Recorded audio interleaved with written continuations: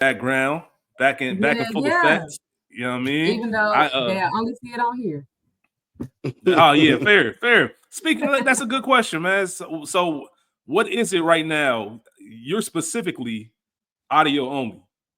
Yeah. Is there a reason you don't want to? Because I'll be honest, I did not want to. I had zero desire to be on YouTube.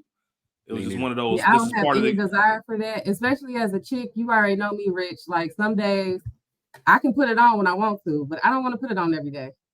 And that's just too much work for a woman. So hell nah. Nah, that's fair. I didn't even think about it from that aspect. I think that there's a lot more. There's a lot more thought that goes into it from y'all point of view. But yeah, I had zero desire. It's just part of the game. So it's like, all right, because I don't know how many episodes we did. Yeah, before we finally gave in, it was like, all right, because somebody told us, was like, man, you gotta get a YouTube page. Or you gotta get a. I'm like, all right, here we go. You know what I mean, it's crazy how that worked out because I was just gonna say it's crazy how that worked out because I'm an audio person too. Like I never look at podcasts on YouTube, but then so many people do. That's why motherfuckers be like, you need a YouTube page. I'm like, I guess, man, but. Every podcast where I can view numbers, YouTube is always the preference, and I don't understand it. That's like that's the adult version of when kids watch kids play with toys on YouTube instead of playing with the toys themselves. Like that's what that feels like to me. Like why are you watching someone talk? I'm the same way. This is no different than a talk show, but I don't know. I can listen to you talk all day and have a great conversation via audio, but I do not want to sit down and watch. Like none of my favorite podcasts, I can't sit there and watch. I won't watch it. It just dawned on me. I know what it is. All three of us have been hip to podcasts since podcasts were first before the iPhone even had the podcast app. I think all three of us knew what podcasts were. So when you've been listening to podcasts in audio form since 07, 08, that's true. It's kind of hard to just go to YouTube. Like I remember when the YouTube wave started, and I'm like, I'm just gonna listen because I can do stuff. I can do it on the drive. I can clean up. I can do whatever. But to sit down and actually watch people talk. I think the only pod that I do that for is the Joe Budden one, but I always watch them.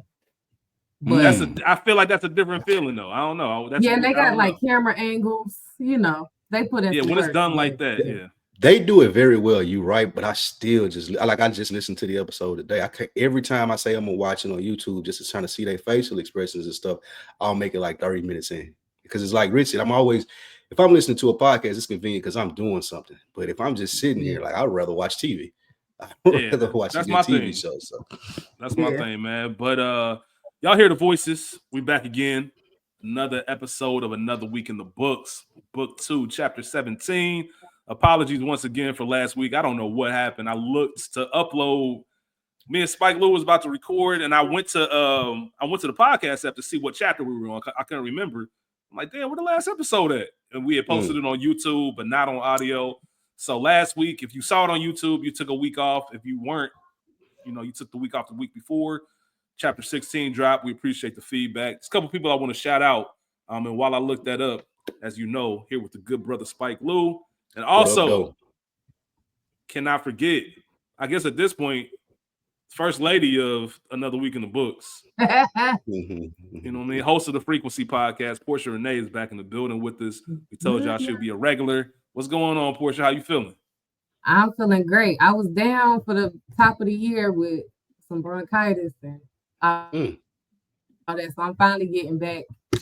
I still got kind of like the smoker's voice, but whatever. It'd be like that, man. It'd be like that sometimes. But yeah, shout out to everybody out there. I do want to give a shout out to Dejour Falk on YouTube. He's been showing us a lot of love. Dejour, if I'm saying that name right, Dejour Falk 3034. 2 weeks ago, after we had a little break from the holidays, he had written, man, he's like, man, it's been a long month without the pod. Glad that the episodes are back. We definitely appreciate that. Absolutely, man. We appreciate when people are waiting on it. And then there was a comment, I believe, from chapter 16 on YouTube when we originally posted it. I agree with you, Rich. Dejour, you're going to go a long way in life if you go with that route, agreeing with me. But nah, I agree with you, Rich. I feel like a lot of people think that going to the gym is the only way to work out. Since you do like hiking, Spike, maybe set up a step goal that you achieve every day. Example, minimum of 10,000 steps a day. It will be a good way to get started, and even better that you don't have to pay for a gym membership. Picking any diet and sticking to it is the biggest part anyways. Great episode, guys. We appreciate that feedback. And just like Dejour, hit us up, man. If you got anything you want to add to the show, any kind of comment, even a topic that you want to discuss, just let us know, and we'd be more than happy to go ahead and get that going. Facts. Gym update for Dejour. I was just about to say. I'm what's today? Today's Thursday that we're recording this. So yeah, I'm 4 days straight. I've gone every day this week. That's what I'm talking about, man. I saw you on that treadmill, gasping for breath. Man, gasping. That's beautiful though. But here's the thing, Spike. It's beautiful because if you stay with it, which I believe you will, you're gonna look into it in about a month from now, especially 6 weeks from now. You're gonna look at that video. Oh, this is a breeze. You ready to add more time and all that stuff on there. Portia, speaking of gym. Oh, my fault. Go ahead, Spike. No, I was just gonna say I feel the difference from day one to today. Yeah, like I knocked it out easily today. It was like, okay. You look like you lost 0.5 pounds in the face. I see it.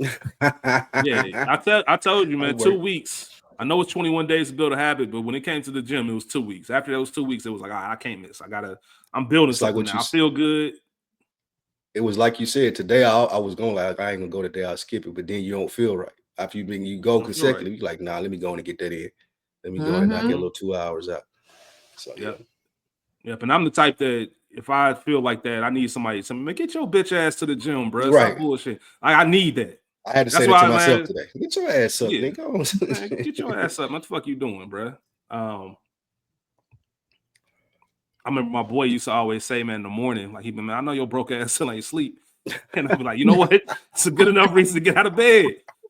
Like, straight up, man. If that don't get you out of bed, I don't know what does. That right there wake a nigga up like Folgers. Yeah, like nigga sleep. All this money, you ain't got none of it, and you still sleeping? Niggas after this bread, I'm like, you know what? You're right. let me get on my shit. But speaking of the gym, Portia, I know you've been dealing with first and foremost, I'm glad you're feeling better. Nice. I know it was a rough start to the year, but I know you also been dealing with something that you really hate, which is the New Year resolution crowd. Man, are they still in the gym heavy? Are they still taking all your machines?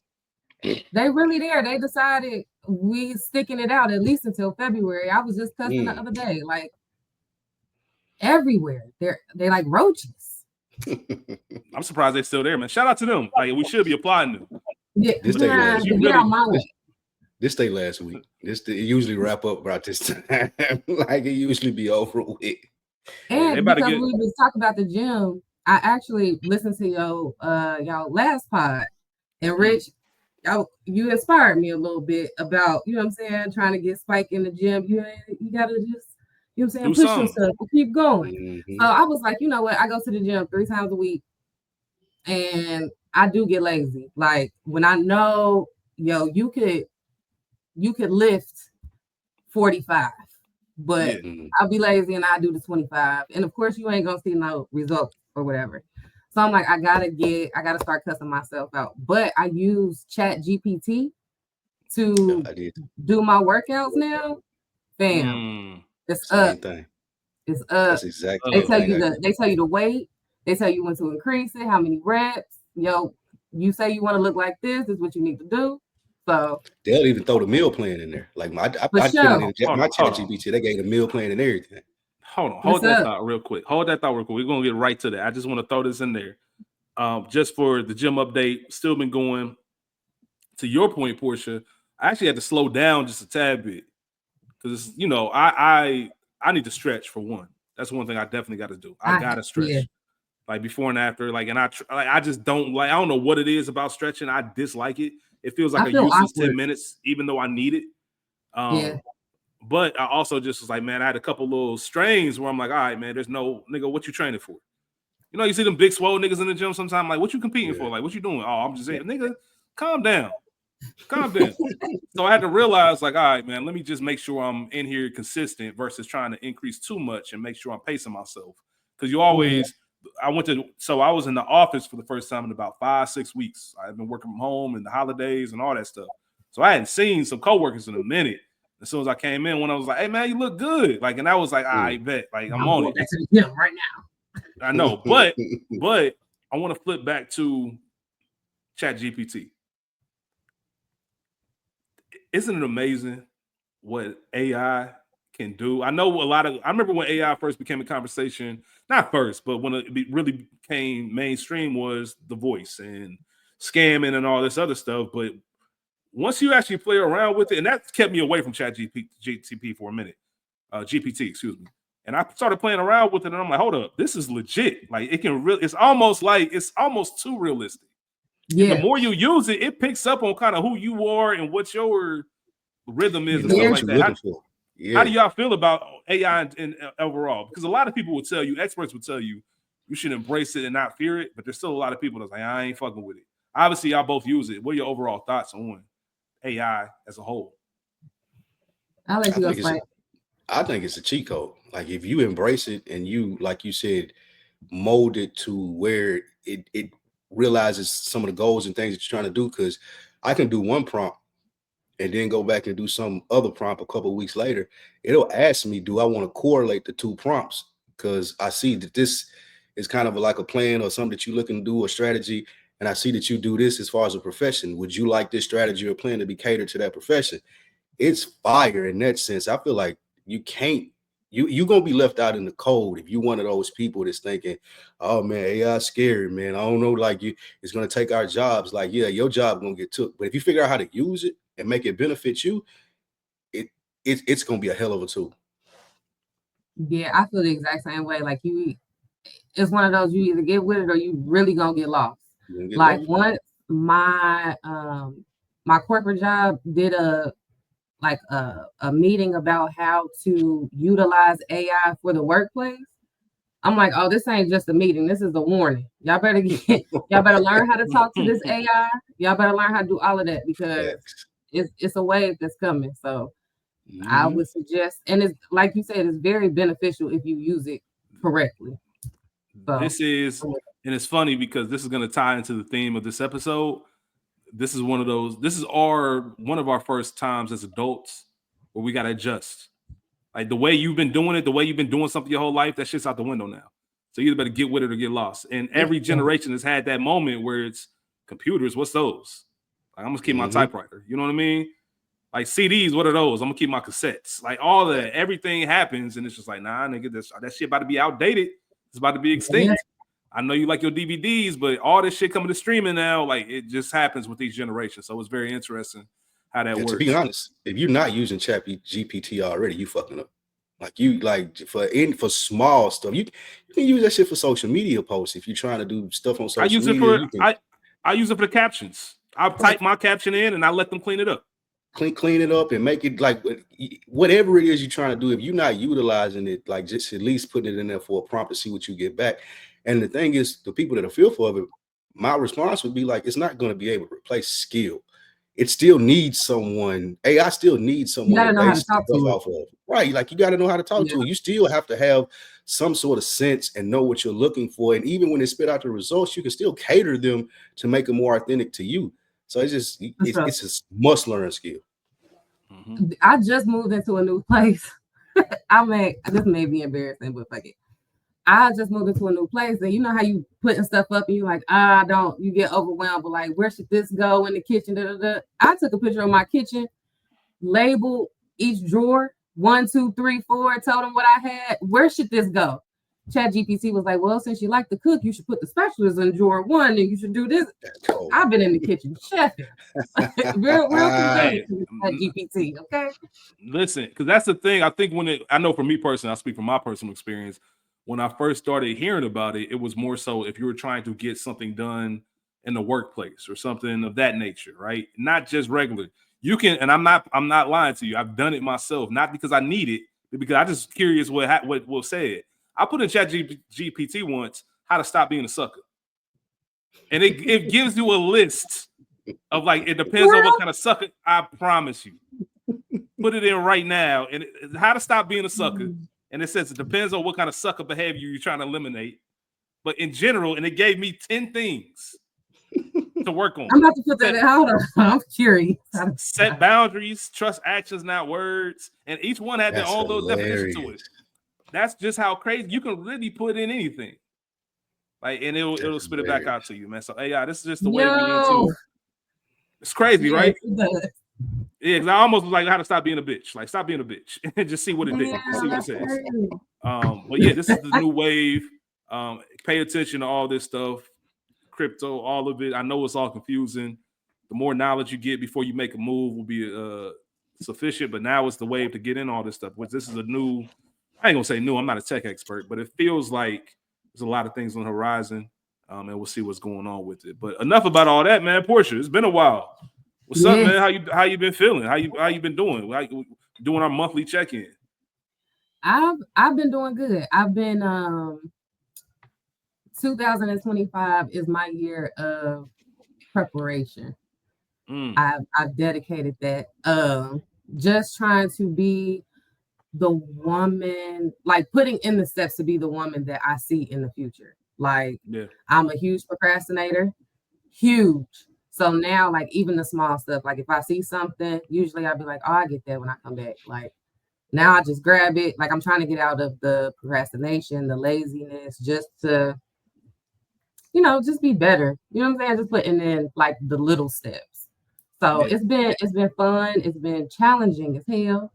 But like every day I journal in my iPhone and I'm like, yo, I did better today. I could have cussed this person out, but I didn't. I did it this way. Or, yo, just taking different routes to where I'm going, like seeing new stuff. I'm just trying to elevate a little bit. How many people you cuss out a week, Portia? In my head. In real life, I was just about to say in real life or in her head. I don't think any of us can count that high in her head. Oh, that's funny. I've been doing real good. I haven't cussed nobody out this year. That's cool. That's funny. Yeah, no. Boundaries. I know you had some moments. Hey, that's step number one according to ChatGPT, set boundaries. Nah, that's really dope, man. That's really dope to just kind of see you already have a vision for what it's going to look like and just kind of make it there. I'm curious to know, because procrastination is something that a lot of people deal with. What's been working for you so far in these first 30 days of the month or 30 days of the year? Anything in particular? Have you seen any change or growth with yourself? Because that's a big internal thing, right? You can say it all day, but until you actually start doing it day by day, it's going to be the same type of habits. For sure. So like, actually it happened this week, actually. So I put myself to the test because I'm always put on special projects at work because they know I can get it done. But if it's due on Tuesday at 2:00, I'm doing it on Tuesday at 8:00 in the morning. Like, just because I have a cockiness to me, in a sense, like, I can get this shit done. It ain't never failed me before. So it's like I just do it. Exactly. Like, if it don't fail me, I'm not gonna change it. But because of what I'm trying to do, they put me on this project, and I was like, you know what? I'm gonna just start typing the notes now. And what I come to find is I had everything down. And if I was to procrastinate and just present what I had, I would have been cool. But once I started working on it a few days before, I'd be like working, I'd be like, oh, I can add this in there. So like it continues to get better. So I'm mind playing myself to be like, yo, you are good procrastinating. But you prove it to yourself you are great when you just plan it out. So I'm just trying to use my cocky to be like, bitch, don't be good, be great. And just, Nah, man. That's try real. like that. It's been working. That's real. Nah, you want to be Bron or you want to be Carlos Boozer? They both in the league, but there's a difference. You know what I mean? There's a difference. I'm just saying. That's dope though, man. I'm glad that you're doing that and just taking that daily challenge. It's funny. We talk about, I just celebrated a birthday this past Sunday, and it's the best that I've felt physically, mentally, spiritually, all three. Even going back to like November, like a couple months ago. Like, I remember Spike, bro. Remember we had a conversation where I forget what chapter it was, and I was just like, man, are you happy? Like, are you just happy? Like, we had that whole conversation about, it's not necessarily about being happy or sad. It's just, you just find a way to coast through life. And we talked about having to find your own, create your own happiness, because, you know, as a youth, it's just kind of every day. And then you realize, man, this life shit ain't easy. And I feel real good. I say for about the past 5 or 6 years, I've really been trying to focus on being present. And it's always escaped me. For some reason, I just can never do it. And this is for the first year I'm completely at peace with where I am. Like, I really feel I'm exactly where I'm supposed to be. I really feel I'm not looking ahead. I'm not looking behind. Like, I'm just enjoying what's going on right now, planning for the future, and then making sure I'm doing everything daily to execute. And even last week, I think, Spike, Portia, you mentioned, but last week I think we talked about, or maybe we didn't talk about this on air. Maybe it was just a you and I conversation where I mentioned, like, we got to start recording like things throughout the month because it's easy to forget. Right, easy to forget. Like, I guarantee you, right now, tomorrow, Saturday's February 1st. All three of us, we could probably look at each other and say, "Hey, what did you accomplish in January?" We're all gonna be like, maybe a couple of things to rattle off. Maybe a couple of things we can rattle off, but I'm sure there's more things that we did. And I want to really start keeping track of that. But it does feel good just to kind of have your feet planted and just this is what's in front of you, and I feel good about everything. What's up? I'm curious. I want to ask you something. With what you just said about, like, you just feel like you are where you're supposed to be at, your feet planted. Yeah. Did it just? I'm curious. Did you just wake up one day and it was just like, get out of my brain? I was going to ask him the same thing. I said, get out of my brain. I was going to ask him the same thing. Like, what are the contributors to that? Like, you named a couple of things, but what were the major contributions to you feeling that way? I say at the end of last year, I was just at a point. I think it probably started with the move. And Portia, both of y'all can attest to this because you both have moved out of the city and out of state well before I did. But there is something to be said about trying to figure it out. Not saying you don't have anybody or any support, but you're really out here thugging it, and you don't want to. I know both of you well enough to know, that foolish pride can run deep. And nigga, I will walk barefoot 10 miles before I ask somebody for a ride, and I don't know what it is. It's just kind of what foolish pride stories for you, my brother. Yeah, it's just kind of what it is. But it was a lot of that was just, man, trying to figure it out. And then I look around, and my job, I love what I do. I think that was the first domino. Like, all right, that's something that I can really look at and say, all right, where you are in life, and this is probably part of it too. Really just taking inventory of what's going on and where I am in life. So just same way I just said how I feel present, I really just had to stop and be like, man, can you, like, here's the one thing about being older. You don't picture being this. When we were 16, 17, the way we looked at 40, and I'm not 40 yet, so chill. But the way we looked at 40 and 45, like, you think that's old, and then you start hitting 35, 36, 37, 38, you're like, oh, I still feel like in height. So I matured. Like, I'm more intelligent. There's other factors to me, but I still feel like 18-year-old me. Like, that hasn't changed. Yep. Right. And then you feel you start getting nostalgic and you start looking at the past. And it's like, damn, like, that feels like yesterday. Shit that happened 2 years ago, you thinking it happened, or excuse me, shit you saying that happened 2 years ago was really 7 years ago. You know what I mean? People start bringing up 2016 and you thinking like, oh, yeah, that was a couple 9 years ago. Yeah. Damn, 10 years ago. You thinking like, damn, how was that the case? Or how did I take this trip? I'm already talking about like my 30th. I remember my 30th birthday and I'm like, hold up, that was 2017. Like, that shit's crazy. That shit feels like it happened yesterday. Those high school reunion invites that remind you too. They remind you ASAP. 20 years this year. That doesn't make sense. Doesn't make sense. So when I look at all of that, it was just kind of one of those moments where I had to stop for a second. I was almost forced. I'm like, hold up, how did you even get to where you at? Right? How did you even get here this day? And you start thinking about everything you've done, and it's like, I bet. I really got a good life, man. I'm blessed. Like, God's blessed me. I've been around good people like my entire life, able to do things that I want to do. And I've done all of this without being intentional about it. What's going to happen if I actually wake up and I'm intentional about what it is that I want to do? When I really say, all right, and I think I told you this, Spike, there were things that happened, particularly in the podcast space, that I'm like, oh, shit. Like, I never thought this would happen, but it did. So if I'm thinking too low, we already had the conversation. Nobody's laughing at us. Like, for those who don't get the reference, they tell you, if you tell people your dreams and they ain't laughing at you, you ain't dreaming big enough. You ain't dreaming big enough. Spike and myself had a conversation one day about, man, nobody's laughing at us, bro. We playing it too safe. And I really started writing some things down. And you saw it yesterday, probably both of y'all. I know you did, Spike, because you acknowledged it. I put a nip, like, I don't know if the nip actually, it was a nip quote. It was a tweet. Like, man, do something every day that you're scared of, that you're fearful of. Like, you got to kill fear. And I'm just doing that. I'm just diving into a lot of more things, and I'm just more comfortable with just, it is what it is. I don't really give a fuck. Like, it is what it is, y'all. Like, who cares? So what? Like none of this shit really in the grand scheme. It's all a big nothing in a certain way. So while I'm here, let me maximize this shit and push this shit to the limit. My biggest fear right now is to die wondering, right?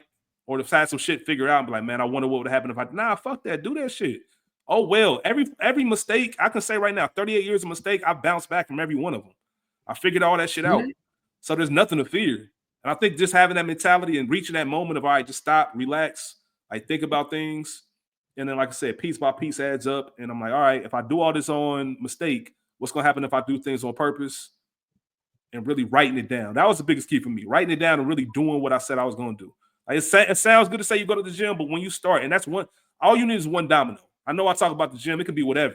It could be eating clean. It could be going on a walk. It could be journaling, something, reading a book, starting a hobby. Like telling yourself, I'm going to do this. I'm committing to it. And once you start that first domino knockdown, and you just tell yourself, oh, I can do this. This is easy. Now what? Right? So now the gym happens. So now for me, my next thing is I got to start eating better. Like, and I know I can do it because I just did it with the gym. I saw what happened when I put my mind to some shit and I'm locked in. All right, cool. Now what else can I lock in on? I got to lock in on this meal plan. So because I'm already getting the pieces. It's like when you're a kid, you get the toy, but you ain't got no batteries. Like all I'm doing in the gym don't mean shit if I'm gonna keep coming home and eating a certain way. And it ain't even every day, but too many days a week I'm eating like trash. And I'm really just canceling out what I just did in the gym. So all of that stuff just adds up. I know that's a very long-winded answer, but no, it makes sense. Yeah. The food part is really the hard part, like always people say, because it's the convenience of it. Like, you mean to tell me I got to go to the grocery store, pay this money, and I got to go cook it, and I might not even eat it tomorrow? Like the meal plan shit is cool for me, but I really don't even like leftovers. And I'm a really picky eater. So my thing is, I just have to find stuff, and I know I can do it like what you just said, but I have to find stuff that fits for me, that like maybe a quick meal or something of that nature that I can prepare myself. But I know one of the biggest reasons for my bad eating habits is convenience. Like I know I can go grab this, it'll take 5 minutes and I'll eat it, it'll be done, I'll be full, it's cool. But I need to get out of that mindset, like you said. So I got a suggestion for you, because this is how I started getting into well, I work from home, so it's not really that hard for me to stay. But when I wanted to get into meal prepping, I would go to Sam's. And you know how they got those big ass meals, like it come with like 6 chicken breasts and it come with broccoli, but it's for a whole family. I would just get one of those and eat it throughout the week. And that's my meal prep. That makes sense. I like that. Thank you for that suggestion. We'll do that. Give me a sample. My biggest hurdle, that shit get boring. I like food. I like variety. So it's hard mentally to get yourself in a place where you're like, I get some sausage. Eat the same shit. Yeah, I know, man. I'm gonna figure something out. But that'll be the next update. Everything going well though, man. I'm glad everything good with you too, Portia. Spike. We'll have an update on Spike next week. Yeah, man. We got a good story. We got a good story. I don't know it yet, but when I asked Spike if you wanted to talk about it today, I could tell by the look on his face. I'm like, nah, let's save this for a whole nother episode. Yeah, it's been an interesting 2 weeks in my life. So yeah, we can talk Spike, about I want you to know that every time I'm not on the show, but I listen to the show, like when Rich talk, I'll be like, oh, okay. I'll be talking back to you. I'll be wishing. Hey, that's the biggest compliment. Like, that's real. And I'm not taking anything. Like I know what you said just now about Rich. Rich is a wonderful podcaster, but I appreciate that. When brother. people can be, because I was on, and it's funny that you said it because it's fresh on my mind. I do another podcast called "It's the Mic Salon," and boy, they be tearing me up on Reddit. Like they be killing me. Like I had to take a couple weeks ago. I had to ask like my homeboy, like somebody that knew me, to go listen to it and be like, bro, am I crazy for saying this? Because everybody was acting like I was crazy, and I felt like I'm gonna go listen. Because you be saying some shit, I'll be like, I do. But as long as you can make people feel a certain type of way, whether they hate you or love you, like as long as you feel something, the last thing I want is people to listen to me and not feel anything. Like be like, oh, what the? Not feel it. But like as long I don't care if they hate me. I was reading a Reddit comment today. It was like, man, get this nigga off the show. Like him. Getting lit up on Reddit is it was killing me, bro. I firmly believe in the stuff that I believe. I can be convinced otherwise, but I firmly believe in the stuff that I believe, like in how I come to those thoughts. Because I give shit thought. And I be thinking through it, and I'm like, bro, nah, I'm not going. You do. I'm not going. That's funny as hell, man. Them Reddit, man. You gotta say out the Reddit. I enjoy it though, Rich. I don't know, it's just sick shit. Because there's compliments in that too. Like, nah, because like somebody responded to Buddy. Yeah, somebody responded to Buddy was like, nah, I'll take Spike any day of the week over such and such or whoever it may be, because at least he's standing 10 toes down in what it is that he's saying. He ain't getting wavered off because somebody disagree with him. Like, nah, my nigga, this is how I feel. Like, I don't even care if it's politically correct or not. I don't care, bro. I'm just telling you what I think. You don't give a fuck. I do like that. I don't care. Like, don't care. Genuinely don't care. Yeah, man. The band was playing when the ship went down, man. That's Spike Lee right there. Facts. Nigga, I'm still on this fuck. I'm still playing. I'm right here. I don't give a fuck, bro. Oh, Portia, you have our main topic today, and I'm gonna let you introduce that. But before we do, there's some other news that's going on out there. One thing that Spike Lee brought to my attention, Portia, you had it on your Instagram page. Spike, I'm gonna let you go ahead and roll this out so you can properly explain what happened in regards to Cam Newton and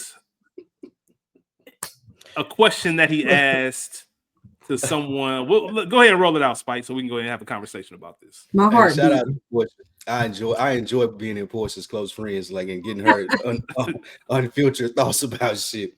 I don't want to blow it up because I know people. I don't want people to be on her DMs like, "Hey man, add me to a close friend." Yeah, Portia's close friends is elite. Yeah, it's elite. It's elite. I ain't gonna hold y'all. It's elite. Yeah, I definitely fuck with it. But so Cam Newton, of course, we all know has a talk show. We know Cam Newton from NFL football. We know he's a quarterback. We expect him to be talking sports. But this week he had one of Dwight Howard's baby mamas on here. He gonna put my I love that hat. We had one of Dwight they had Dwight Howard. I don't know if it's I don't even know this chick. Like that for that I don't know. Yeah, you said something about her being on Basketball Wives. I don't know. I ain't never watched it. I've watched my first reality show this year that I've watched ever. I can't even remember the last reality show I watched, but I've been watching. Like, we gotta get you together. No, I've been watching one portion. Just a quick sidebar. I've been watching The Ultimatum on Netflix. Have y'all ever watched that? Yeah. Hey, bro, that shit crazy. I just started season 3. I finished season 1. I skipped over season 2 after the interested people left. You know what I'm talking about if you watch it, for us. But yeah, I'm watching The Ultimatum, and I can't really believe that I like that. I find myself like, man, I got to go see how this ends. But with that being said, she played on the reality show, as Portia said, Dwight Howard's baby mama, and Cam Newton had her on his podcast asking about Dwight Howard's sexual orientation. And a lot of people, including J.R. Smith, said that's lame, that's whack, that's not your lane, that's not what you do. I was kind of confused, Portia. I need some clarification as to why Cam Newton getting so much smoke for this, because I personally look at him as a sassy dude. Cam Newton. Like, I look at him as the type of nigga that would be asking these type of questions to a nigga baby mama. Like, he's always struck me as that type of dude. So now that he's doing this and he has a platform, this is exactly what I expect out of a nigga like him. So I was kind of confused at all the backlash he was getting. I was like, well, what the fuck did y'all think was going to happen when Cam Newton started getting a platform? So I'd love to know where the outrage come from. For me. Hold on, because my heart, I cannot stand no fucking Cam Newton. Okay, so for me, it's different levels to it. First off, Cam Newton, we never wanted to hear you. That's one. But everybody can have a mic. People probably say that about me. So okay, cool. We're gonna let you roll. Then your topics are very.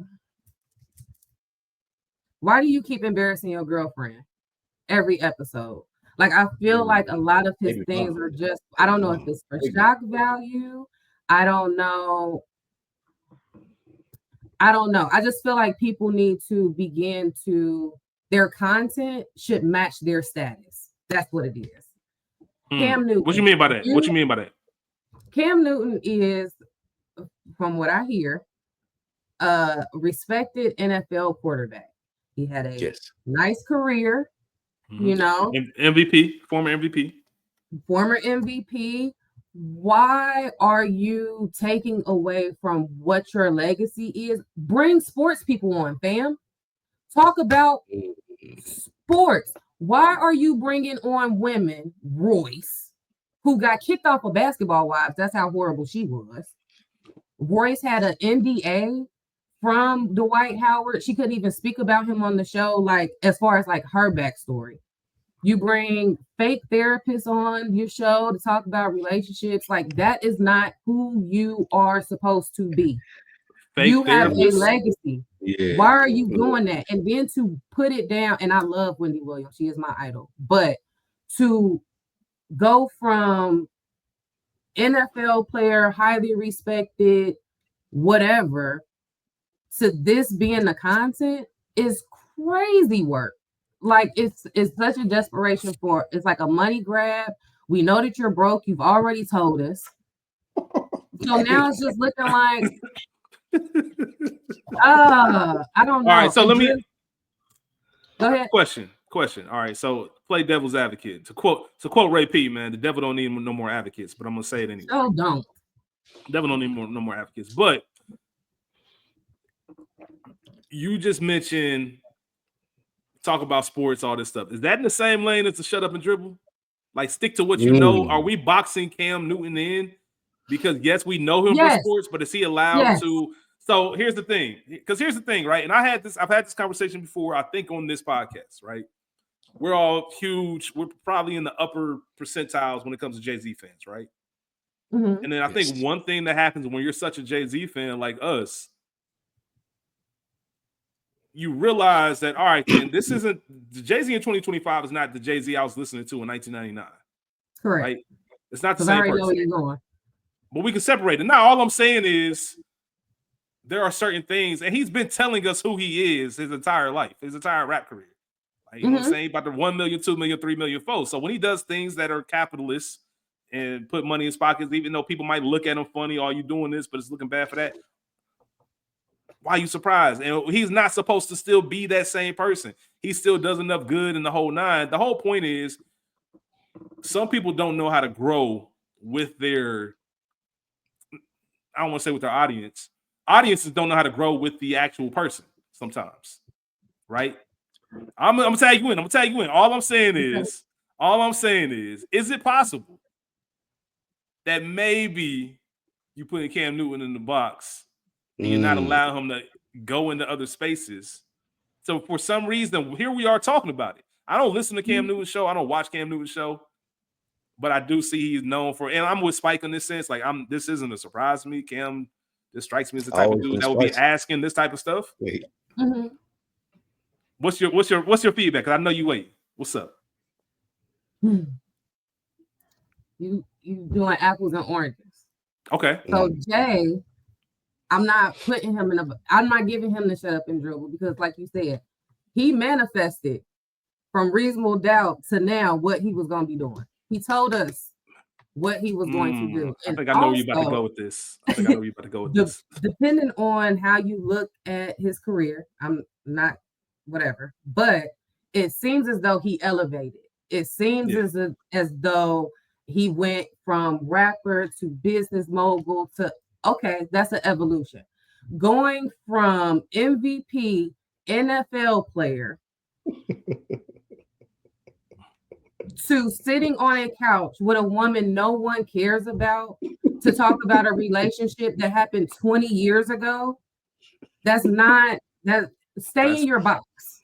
Fair. We need to bring Shane back. He is a shameful man, and he should not have no fucking show. You weirdo. I think that's his box, though. I think that's his box, though. Like, he didn't start. So, to give more context to the NFL thing, he couldn't go the traditional route of being an analyst like most players do, because the Panthers boxed him out. Like, they've said. But hold on, time out. I'm sorry. Didn't he just sign the First Take deal? Is he a regular on there now? I was about to get to that. Okay. So my point to it was Stephen A. Smith. Is that what Stephen A. Smith? Yeah, he does. He on there now. He been on there all week. He been on there all week. She said it makes sense. Mm-hmm. So usually players of Cam Newton's caliber have a lot more respect in the sports industry than he does. I don't know what he did to people, but they don't fuck with him in the sports industry. Like the Panthers barely recognized that he was an MVP quarterback that led them to the quarterback. I think he said that he went there and his son asked him, he was like, bro, why ain't no pictures of you in here? Like, y'all got all these other random ass people of the franchise. Like, it ain't no pictures of you in here. Pops, what's up? He was talking about this on his platform. He also tried to do something with the organization that he played for the Panthers as from the media standpoint. That was like, nah, we don't really fuck with you like that. Like new ownership, David Tepper, like we don't really fuck with you like that. So he has had to be very untraditional in his role because he said he's always wanted to do media. I listened to him on an interview with Dan Patrick. He said, I studied it. I asked the right people. I had to go about it a different way because the doors weren't opening for me. People just wasn't fucking with me. So he built this platform of the podcast that he's on. He's worked that into, as Rich said, a spot on First Take. It was Fridays. I've been watching this week because I had some time. He's been on every day this week, wearing the weird clothes and weird hats and shit, saying stuff that people usually don't say on the platform. So I think that he thinks, Portia, to your point, that that's his bag now. I have to be the controversial take because if I was going to be the button-up regular dude, like a lot of the NFL players that switch over into this genre, then I wouldn't make it. They're not going to give me a shot. But since I do things that make me go viral and people are getting impressions, I'm getting impressions from it, people are paying attention. I wear these weird hats and I do this weird shit.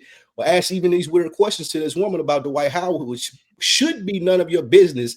As a man, I will say that. I'm not bringing anybody ever on my platform and asking about like their sexual orientation because I don't care. It ain't got shit to do with me. But he felt like that. That's him. Why didn't he bring Dwight Howard on the show? Dwight Howard has been very open. But look, this is what I want to know though. Aren't those the rumors about Dwight Howard are out there though? Like, wouldn't he be wrong not to ask? He confirmed it, so you can Dwight bring Howard that man on your show and talk to him.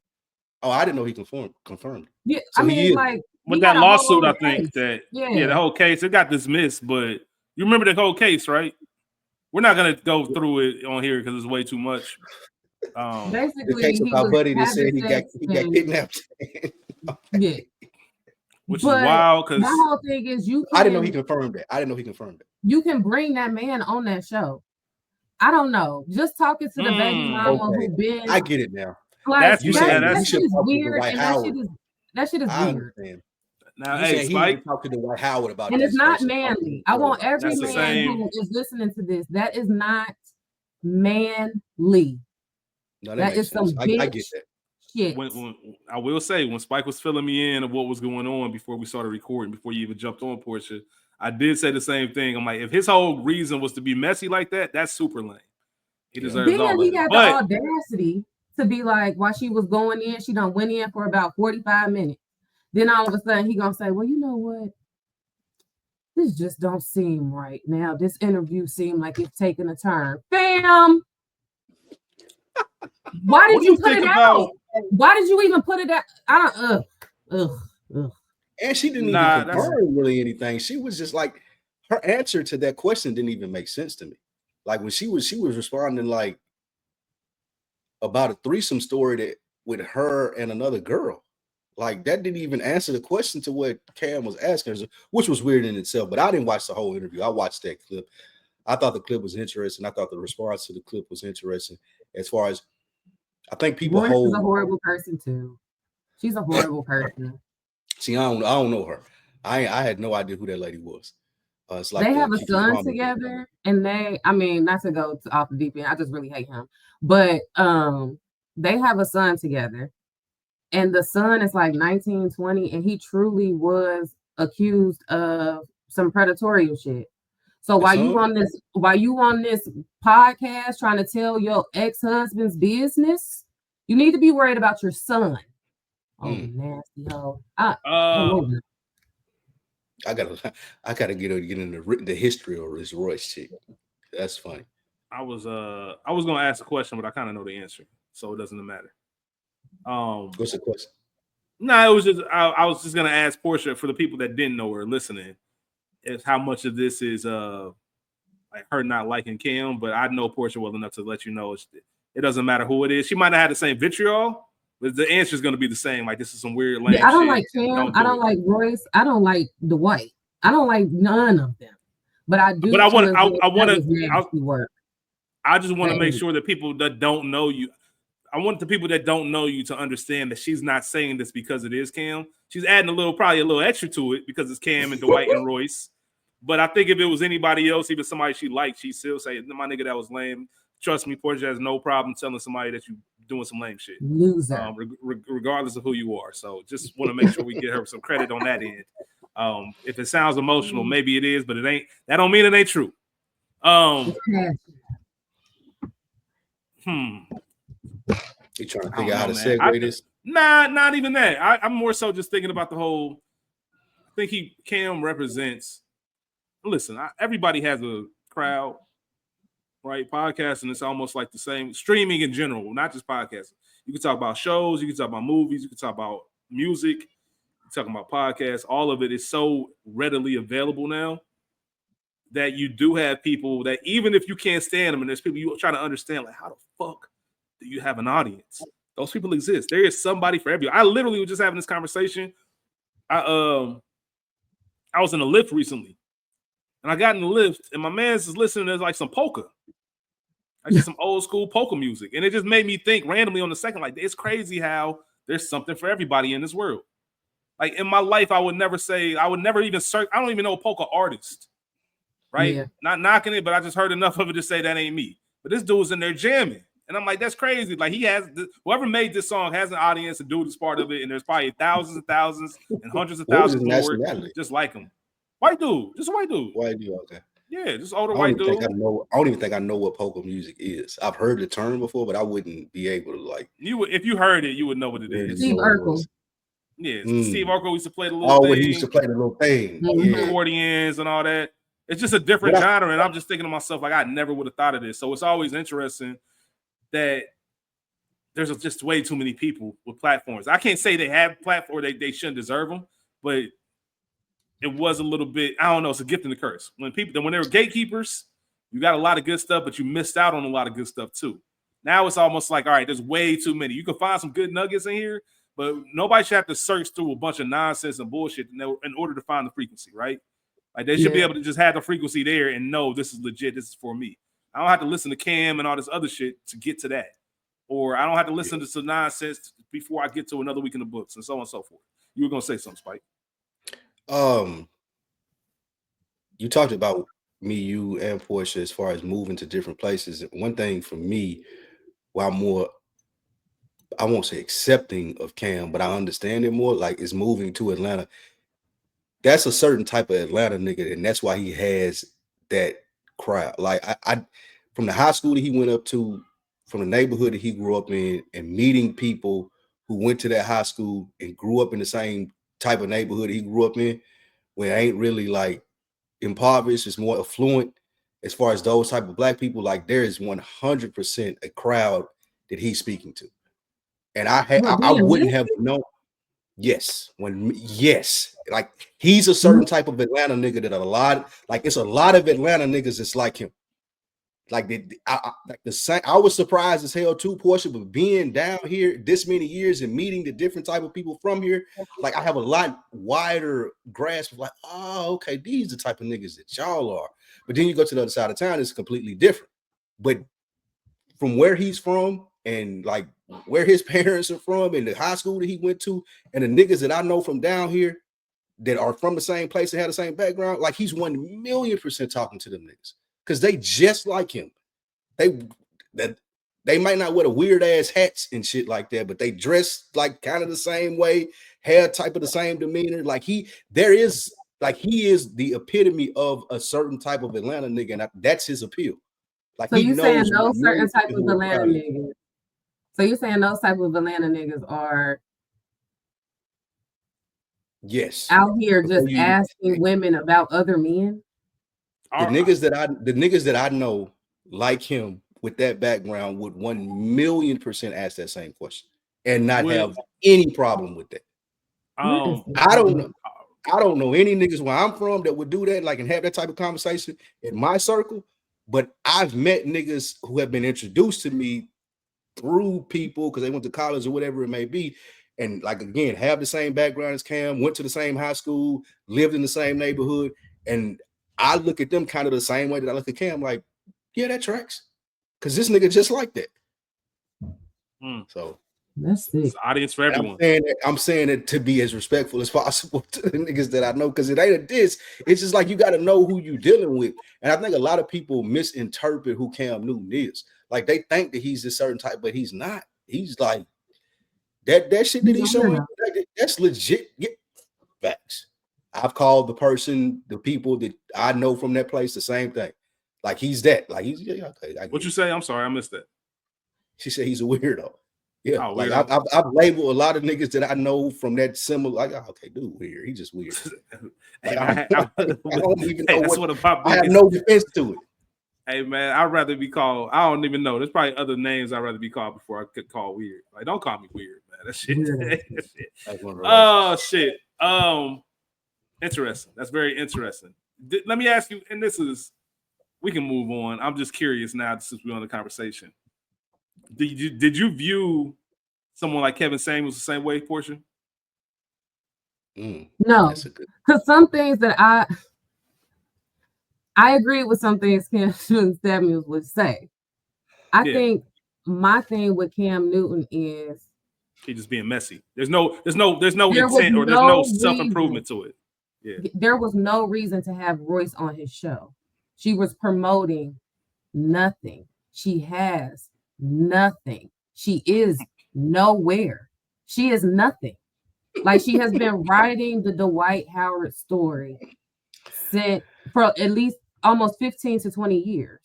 So I think it's just more so like, if you would have had somebody on the show, y'all were talking, it got to that, fine. But you truly brought her on that show to talk to her like you were a woman. And that is some sick shit. I understand your context a lot more. I definitely get that, because that makes complete sense. Because if any of us woke up tomorrow, and a motherfucker that we might have messed with in high school having an interview talking about when I'm like, what the? I don't even know this motherfucker middle name. Like, what are you speaking on me for? Like, that was 20-some years ago. That's like y'all waking up and Rich, I find an ex-girlfriend from college and she on the frequency and we talking about you. Yeah, I'd be like, yo, what the fuck is y'all doing? Why? What are we doing? How'd you even find her? Right? Where'd you even find her at, bro? And this is coming from a girl who watches reality TV, who listens to podcasts, and I enjoy the tea. But that was so cringy to me. I get what you're saying now. Yeah, I get what you're saying. It's like sense. She ain't wrote no book. She ain't on no new show. It ain't I brought you up here or your people reached out because it was a platform. It's just like, I got some questions about Dwight Howard, and we're gonna get to him eventually because I know you know him. And I see what you're saying now. I'm sorry. One more. I understand it too, but one more question. I gotta ask one more comparison. Club Shay Shay. At least they're current, and like they invite people who got something going on. But do you view that in the same vein of another grown man just being messy? No. Okay. I think I think the difference is Shannon Sharp he's horrible at it, but he is interviewing, right? And then the people just go, and wherever they go. Yep. He actually is bringing people on to talk that got stuff going on. Mm-hmm. This was a Maury Povich. This was worse than Wendy Williams to me, because even Wendy bring people on who got at least recent tea. Dwight Howard is married to another chick from Love and Hip Hop, so I don't know. Nah, fair. Listen, that's cool. I just wanted to make sure I clarified all that stuff. That makes sense in the sense of, I think Shannon Sharp tried to, and he maybe was forced into the lane of comedians. It's like Portia said in the beginning, like, why isn't Dwight Howard talking to sports people? Like, why are you talking to the baby mama of the sports dude? Like, you should be having athletes on here if that's like, if it's the lane that you're going. Because I think Shannon Sharp found a unique lane with, like, he just did one with Cheryl Underwood, which was cool. That was really good. Yeah, that was good. She was funny. I ain't heard from Cheryl Underwood in a while, and she wasn't promoting nothing either. But it wasn't different from the highs that he got from that Cat Williams shit. He seen the Cat Williams, and he was interviewing comedians before that. So he's kind of chosen a lane. Like every now and then you get somebody different, but primarily he's dealing with comedians, and they're telling us stuff that we usually don't hear from comedians about how it is being a comedian. I can agree with Portia in the sense of like, I didn't even know who this woman was other than being the White House baby mama. So like, why is she up here? I ain't seen him interview any other reality stars or baby mamas, anything of that nature. So it does make it more messy when you put it in that context of like, bro, she was just a random. You had these questions about this dude, and you could have called him. You're in that world. You have that type of platform where I can just get him on the phone and bring him up here, but I want to bring her up here and talk about it. Like, nah, that ain't. I'm on your side now with it, Portia. Like, that don't fly. Yeah, not like Shannon Sharp, Drink Champs, people who bring people on to tell stories. That's one thing, but Cam knew exactly what he was doing, and that's weird. And the White House should whoop his ass. Fair enough. Rough day with Cam, though. I ain't gonna hold you. I don't know. I think Cam might he gonna have a rough day with Cam. He might be able to whoop the White. That's why he did it, because he know he can whoop him. I was gonna say something. Yeah, and because even J.R. Smith, he told him, he stood on it. So J.R. Smith tweeted him like, man, this shit lame. J.R. Smith, man, you know where I'm at? Holla at me.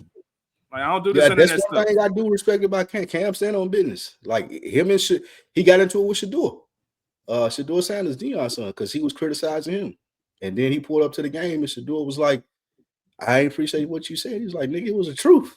Like, I don't like what you want me to say. Like, I'm not backing down because we stand here. How old is Cam Newton compared to that boy, to Deion Sanders' son?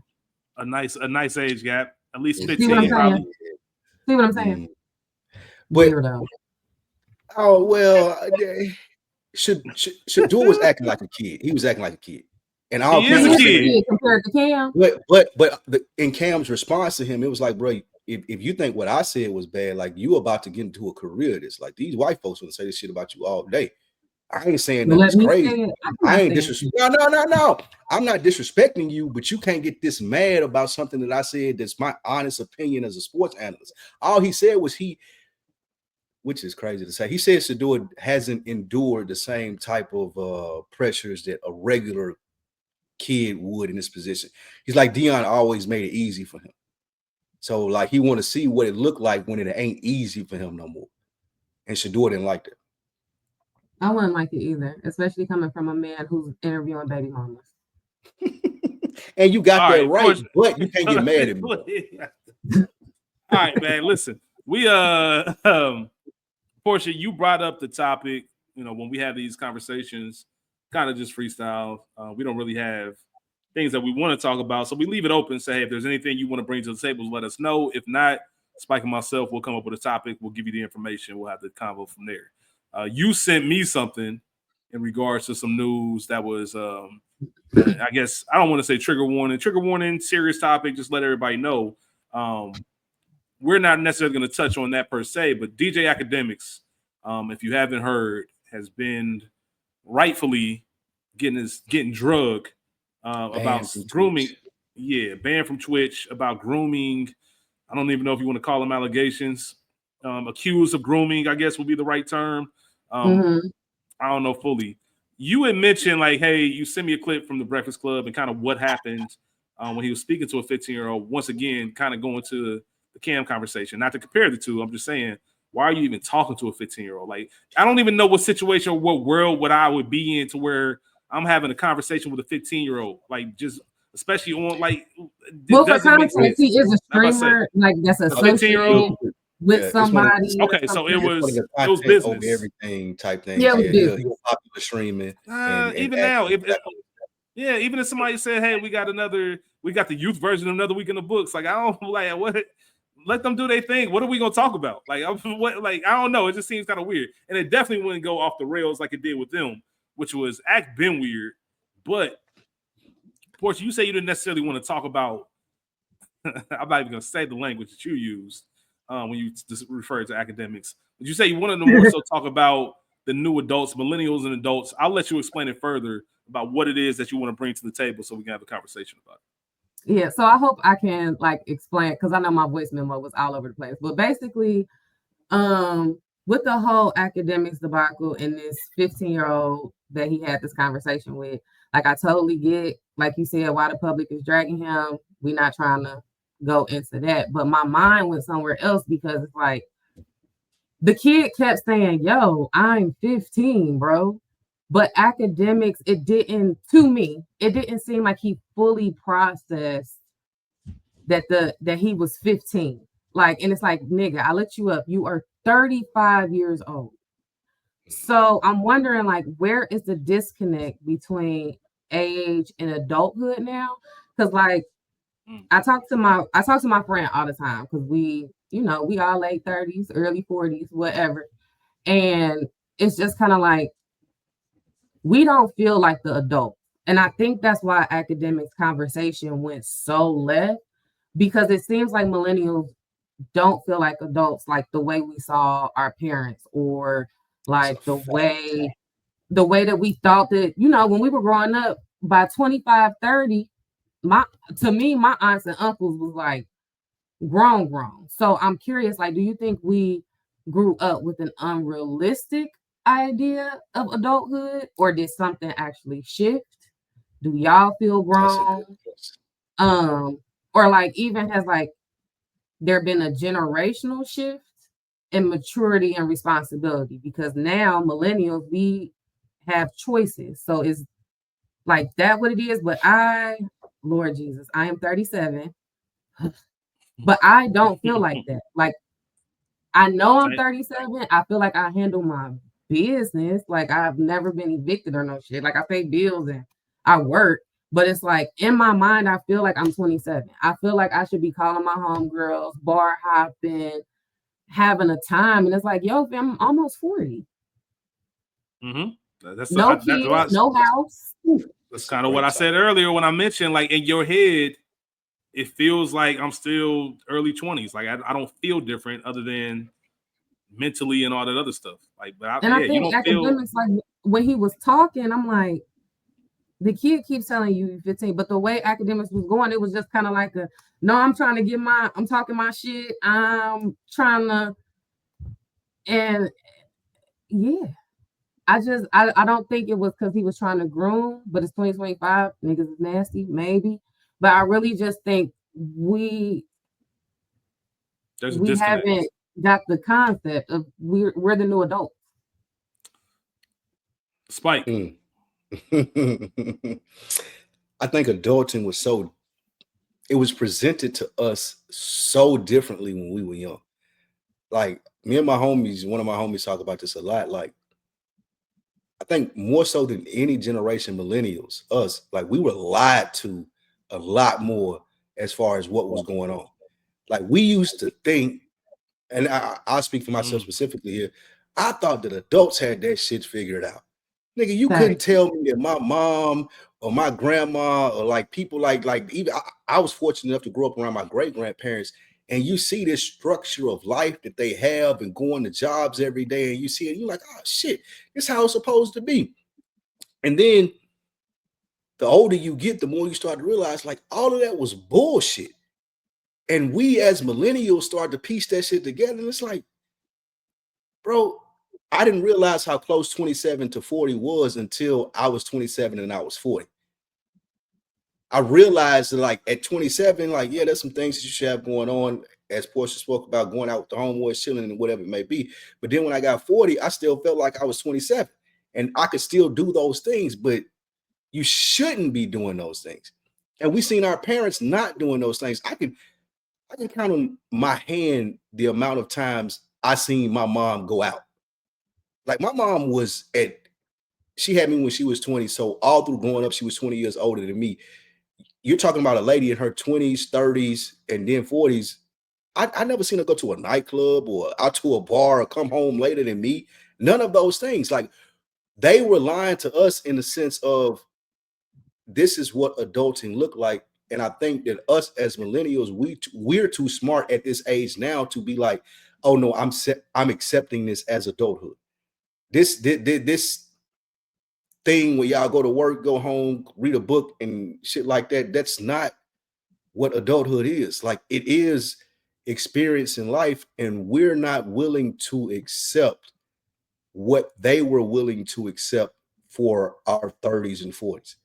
And I think that's where the disconnect comes from a lot of the time. So even with Ack, you hear him having this weird ass conversation with this little boy. And like Portia said, it's like you should have backed out of this a long time ago. But because you don't understand what you're supposed to be at 35, and this little boy saying these triggering words to you, you keep going, you doubling down because you don't feel like the adult in the room yet. But you 35, nigga, you supposed to be the adult in the room. And that's what was taught to us when we were young. At a certain age, you're supposed to be the adult in the room. And I don't think that's processed for us because it was such a big lie. Like, they weren't keeping it honest with us about what being an adult was. That's a great points. Great points all the way around. Yeah, man, it's interesting because the first thing when Portia started talking about this, the first thing I thought about was like, I wonder how many of us actually sat down and asked our parents about how it was, right? And I bet all of them would give us answers of what Spike just mentioned. Like, nigga, I was figuring this shit out on the fly. I just made it look simple because I think part of it is we're kids and we just believe that our parents are going to figure it out because they always did. They always did. I wonder how differently we're looking at this because all three of us have mentioned parents. None of us are parents, right? I wonder how different this would be if we had children. Like, how different would our life be? But even then, you can kind of say it's at a slant because I know people with kids and they still kick it like it's 08. You know what I mean? And that's for them. I think so much has changed in society. I just think things were a lot easier back then as far as figuring shit out. Even when you go back to like the 60s, 70s, you got plants. Like, even if you were the dumbest of dumb, respectfully, you can find a way out in this world to make a decent living, right? Back when overtime was unlimited, you know, all the overtime I can ask for, all that shit. When you can really go out here and buy a house for $27,000, keep that house in the family, like, you know what I mean? Like, a lot of things. And now we just got away from that. And you don't realize it until generations keep moving on, right? And then I think about Portia's question, and it's like, damn, the most, I don't want to say triggering because it's not triggering, but the most revealing thing is it did seem when we were growing up that every adult in our lives or family had some shit figured out. Had it figured out. You had it figured out. And now I'm sitting here at 38. I never even thought, like, I couldn't imagine being transparent. Just being transparent. I never even, like, I don't even know how to, I'm sure I can look it up. Information's right there at your hand, but I never once even tried to look for a home, like, as far as like buying a home. When that was just the norm, that's something you did at 20, 21, 22 back in the day. Right. And now it's like, all right, rent's going up. Shout out to Phil, man, because Phil's always on it, man. Like, man, get some real estate, man. Rent's only going higher, own some. I get it. But it's also, man, that shit was just figured out. We grew up. I would think it's safe to say that we grew up expecting that this shit was just normal. Yeah. And then when you become an adult, you look at it and be like, oh shit, like, I got to figure this out. You really look at the room, like Portia said, I am the adult in the room. Like, I really got to figure this shit out. That this shit, I'm not a kid anymore. Like, there's nobody coming to save you. So, I want to go back to what Spike said as far as like they lied to us, and I agree with that. But then I start thinking like, but did they? Because they were able to accomplish it. Like, I really think millennials were fucked. Like, we had the best childhood, but our parents couldn't prepare us for the inflation of what it is. Like, when I tell my mom how much I pay for rent, she'd be like, what the? She cannot even fathom that. Like, and when it was time for us, when we got to the age to where we could get a house, shit started happening. So it's like, I kind of want to blame the government. Like, you know what? You're right about that. I said lied to us. I said lied to us, but they were lied to, and they were just peddling that lie to us. Like, they were made to understand that there was a system in place as to where, oh, you get a good job, You do these things and you're going to be okay. This is what adulthood looks like. But then we're the generation as millennials is dealing with it like, nah, bro, that's not how it fucking works. As to We Rich's don't even point, know if like, we can retire. I watched my grandma retire. I don't know if I can retire. Like Social Security, one, we don't know if it will be around, and two, we don't even. It definitely won't be enough, like to be able to sustain our generation or what we want to do. So you're looking at a generation of people who are going to be working into their late 60s, early 70s, and that's because we were sold a dream on go to school, get a good job, and everything will be okay. And then we get out here into the world, and it's like, nah, but that ain't how it works. I went to school. I have the education. I know how to talk in those rooms to get those jobs, but I'm not getting those jobs. So, like, what's going on? And then even if I get those jobs, it's still not able to help me sustain the lifestyle that I want. Like, I'm not able to take 2 vacations a year, buy a house, and have these different things like it was in your generation if you had these jobs. Now, in my generation, if you have that job, you're able to get by. And if you're good with money, you're able to make investments and do the different things that you need to do to be good. But the majority of millennials, it's like, I thought this shit would be different. But that was sold to us. And to your original point of what you said, Portia, it wasn't them lying to us. It was them being lied to and not having the information that we have. One of the benefits, one of the gifts and the curses, I think, of our generation, people our age point, is we know how to get the information. But now that we have the information, it's like, damn, it makes this shit seem unattainable. Like I know how much rent is. I know how much people pay. Yeah, the goalposts keep moving. It's like, God damn. We were around in the 90s, but from my understanding, the 90s were incredible. The Clinton years were an incredible time for like people financially. Like I remember my pops. I don't even know if either one of y'all have ever looked up like Disney World tickets or anything like that. I don't know if you've seen. All right, so 2001, my pop took me, my mom, and school to Orlando. We went to Universal Studios and we went to Disney World. And you don't think anything about that when you're 14 years old. Like I just turned 14. And now I'm thinking about it, like, how the fuck did this nigga even, like, I couldn't even, the plane ticket would have set me back, let alone the Disney World, all of that. They weren't the same. I know, that's my whole point. I was just about to say, bro, to your point, my mom took me to Disney World when I was 8 or 9, I believe. So that would have been like 90, 91 or something, 92, somewhere around there.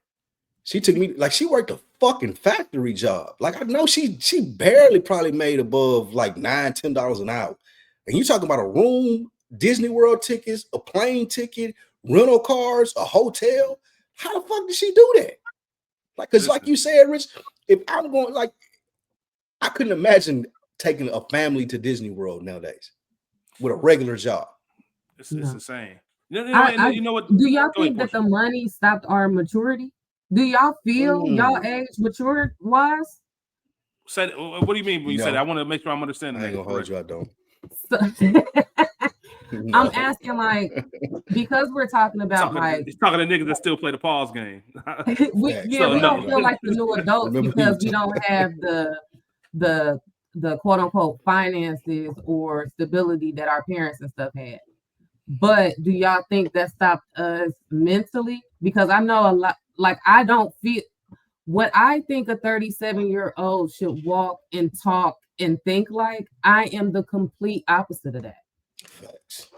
And I'm not saying that I'm not immature. I can have a conversation. I can, like, cool, but I'm laughing at the jokes, fam. You're a human. You're authentic. That's all it is. Like, people make this world to where you're supposed to be, just like you said. They paint the picture to where when you get to this point of life, you're supposed to be this way, right? Yeah. And that's not always true. Like, it's okay to laugh. Like, I remember one of the things I said earlier when y'all asked me about what happened. Like, I don't give a, like, it don't, so the fuck what? Nigga, somebody says some fucked up shit, I'm gonna laugh at that. Like, all that cancel, I don't care about none of that. That shit was funny. I'm gonna laugh. Oh, well, you don't like it. So what? Like, you know what I mean? So a lot of that is, I just think that there were certain expectations put on certain people, and it's not realistic. It's just not a real thing. And I think a lot of people put on adults. Exactly. And just going back to what you said earlier about being lied to, like you find out certain people are fucked up. Like even heroes of ours. Like you listen, the more you read, the more you realize, like, all due respect, because it caused a wave of shit over MLK weekend. MLK always asks where they at. That's what he was on. That's just what it is. But we And I don't don't even understand why it's hard no for people. more. We said what? I think that's what me and my homegirl was talking about as far as like being the adults. We don't even try to present anymore. Like to your Martin Luther King point. Yeah, he was out getting the bitches. Okay. Yes. But when you saw him, that ain't what was up, fam. Straightforward. That's true. Now that's fair. Now you can't even get a nigga don't with even suit. present that way. Like, we have niggas Jim don't Jones doing rap beef videos. Like there's no like he 48. Oh, I'm too old for that. We don't do that no more.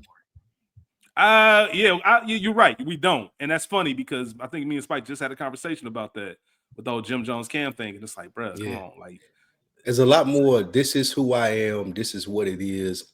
I don't really care if y'all accept it or not. Like I've just been. This is the way. This is it. And the millennials, us, the next generation, they like that too. Like they don't give two fucks about what we think about them. Like from talking to them little niggas, but I think our generation started that, and now we're older in that, and we see the effects of it. It's like I don't know. It's hard to explain how a Jim Jones is acceptable in 2025, especially with how we grew up, because that would have never flew when we grew up. However, we see that now and we understand it. It's like Portia said, like, damn, bro, I'm the adult in the room. I'm the one that's supposed to be making the educated decisions and telling you to do the right thing, but I'm still trying to laugh at the jokes, bro. Like I'm still like I still got my Jordans on. Like I'm not trying to wear the blazer and the motherfucking the Scooby Doo's. I ain't trying to do that. Like I ain't putting on that presentation for you. You gonna get the sweatsuit, the Jordans, I'm pulling up banging Jeezy. Like that's what I do. We didn't see that when we were younger. Like everybody I feel like was putting on this persona of when you're an adult, you have to do these things. And now that we're adults, especially adults at our age, we're like, nah, bro, I'm not cool with that. And I don't know if that's holding us back or pushing us forward. When did Biggie and Pac die?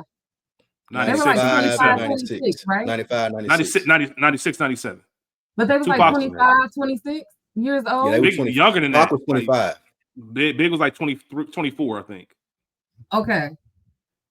I mean, not that we should aspire to be like them or whatever, but even just growing up, seeing Pac was a grown ass man to me. I couldn't imagine having the thoughts that he had at 25. Like when he died, some of the shit that I've heard him talk about. I'm like, Dad, he died when he wasn't even in his late 20s. Listen to I would have never been talking like Pac at 25. Like what happened? What happened? You put on Pac and Big right now, and it still sounds like your OG talking to you, regardless. And we're way past the age that Pac and Big were when they died, and it still sounds like my OG talking to me. Yes, and I think that's where it's like, where do we lose that thought process? So here's the thing, Spike. You kind of just mentioned it because you mentioned, people wearing what they want to. Have we gotten? Has losing the sense of tradition hurt us? Right. Even when you take it from a very small sense, right? So you look at, there was an era, college basketball. You look at the coaches on the sideline. Coaches got the suit on, they got the tie on. Now coaches come out in the hoodies and the track jackets. Everything becomes like it's football, right? NFL. Like you got there is no really, the leaders were always expected to do a certain thing, right? And I know, when you look at the church, come as you are, I feel like everybody took that and ran with it in all aspects of life. Even at work, right? There was a certain atmosphere you're supposed to do at work. Now it's super lax. You wear jeans, you wear shorts, you wear your Jordans, all that shit. And there's really no place, I feel like, where you have to be a certain image. Like literally just show up and we're going to figure it out. And even if you get younger, the customer service and everything else that goes with it, like everything is so lax. And I think our generation started that. I think we were the ones that's gonna be like, nah, we're gonna be cool. We're gonna be the cool parents. We're gonna do all that shit. I'm picking that up. I think we were given too many choices. Yes. Because now at 37, I do feel like I'll see some people getting dressed for church, and it's like, damn, you should not be wearing that. And I'm like, oh my God, I'm turning it. Or like now that I'm corporate and I have to like interview people, it's like y'all don't know how to properly speak in interviews. Y'all don't know how to do a resume. And it's like maybe we did screw ourselves with. Remember when we was in public school and they tried to put the dress code on us and we tried to rebel against that, and I'm gonna wear my pink Dan the snowman shirt. Fuck you, like little stuff like that. And now it's crazy. We had a program in middle school called Men of Distinction, and it was all the black male teachers like trying to form this little club or group with all the black male students, and they wanted us to dress up every Friday, and we hated that shit. Like it was like we hated that shit to the point of like niggas will rebel and then you get, it's a whole thing. But we hated that shit, and it goes to the point of what you're speaking to, Portia. Like we got so laxed in what we were willing to do and feeling like it was so defiant upon who we were as people that it was just like fuck it. And then to y'all's point, it increased. It caused the deterioration of like what's adult was not, like what's corporate was not. Like I couldn't imagine wearing a suit now. Like I just don't. It's nothing. There's no reason for me to have a suit on. Like I can dress nice. I can wear nice stuff. It can cost more than the suit. I can have nice shoes on that don't have to be dress shoes. But sometimes that's appropriate though. And our generation was like, nah, fuck that. We're not doing that, bro. Just thought about this. Perfect example, Spike. Because I know you watch it, Portia. I don't know if you watch Curb Your Enthusiasm. I tried. Spike, I couldn't get into it. Spike, do you remember the episode? It was one of the earlier seasons, like first 3 seasons. There was an episode, and there was a banker or somebody. I forget what the actual theme was, but the dude had all this bread, and he walked into his bank, and the dude was wearing jeans. He said, "What is this?"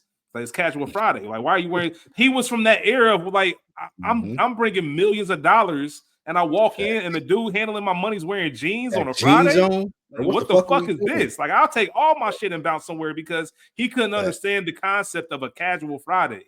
Like, wear your jeans when you get home. This is a place of business, and we don't have that anymore. We took that same. We were the people that were wearing jeans on Casual Friday and had the old heads yelling at us. And we said, when it's our time, we're going to tell nigga, wear whatever you want to. That shit cool.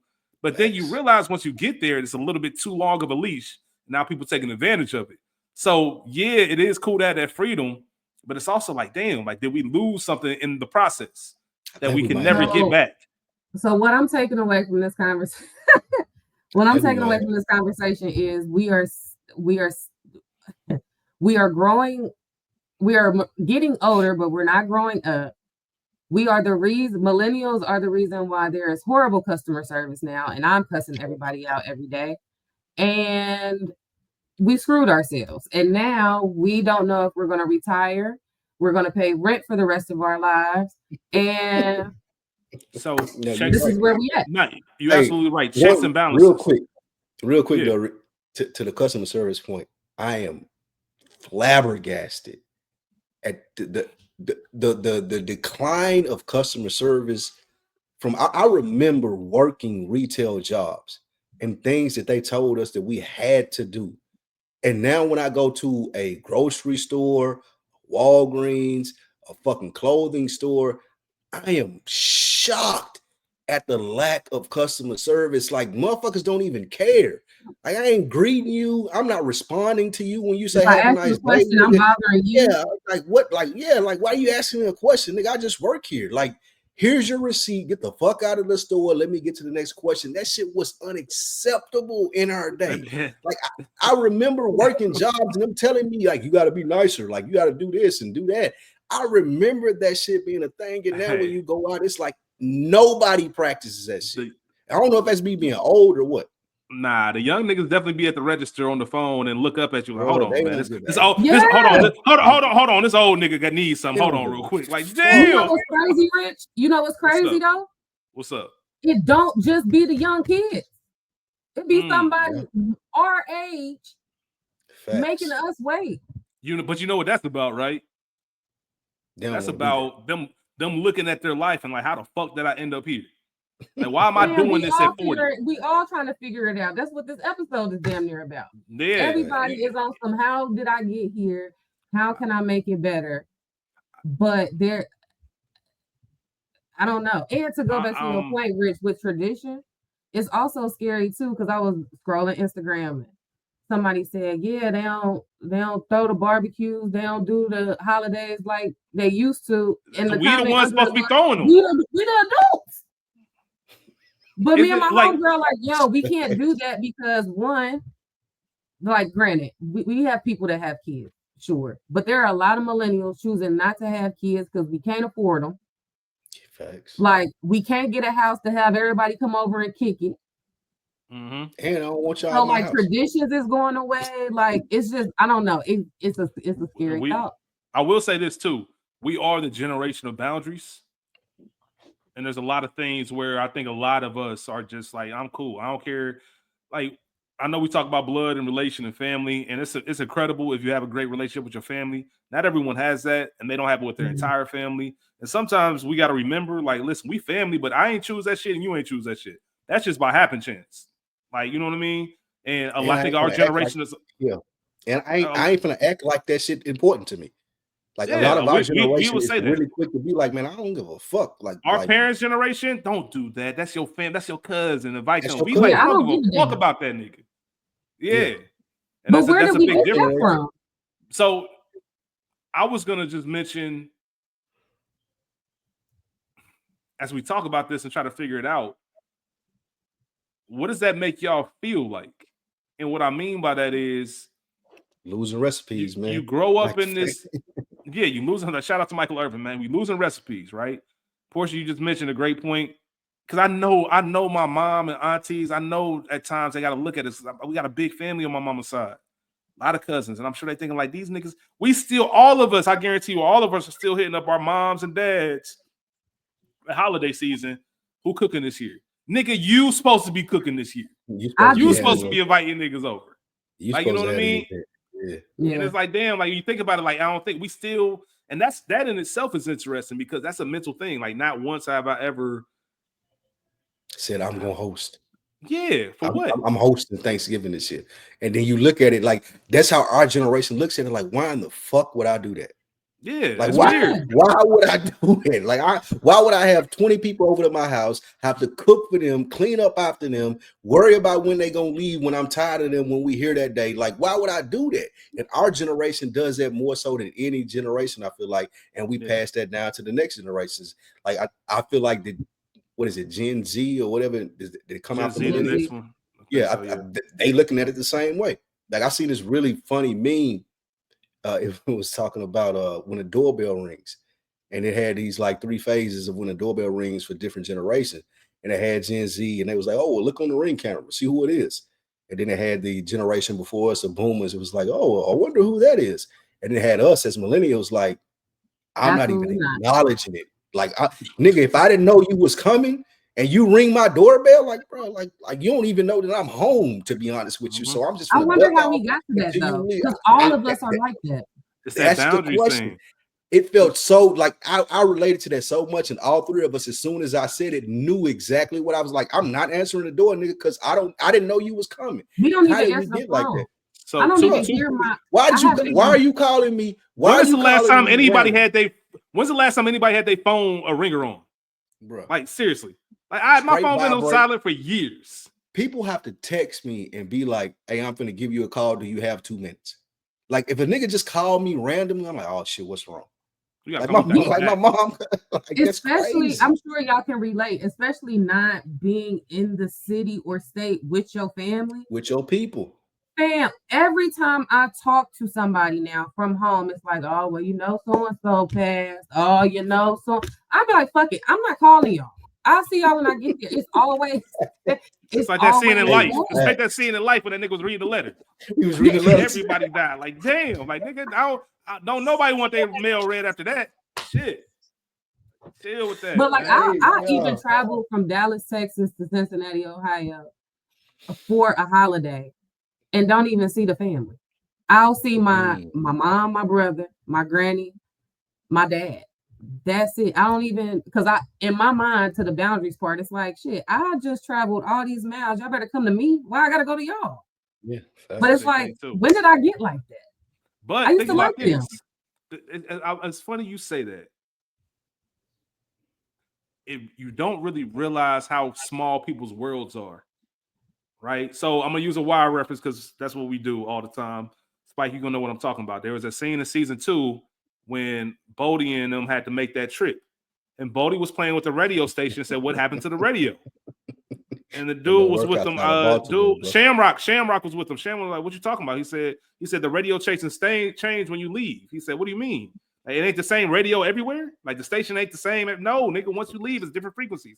And we realized in real time, like that was his first time ever outside of Baltimore at 20 years old.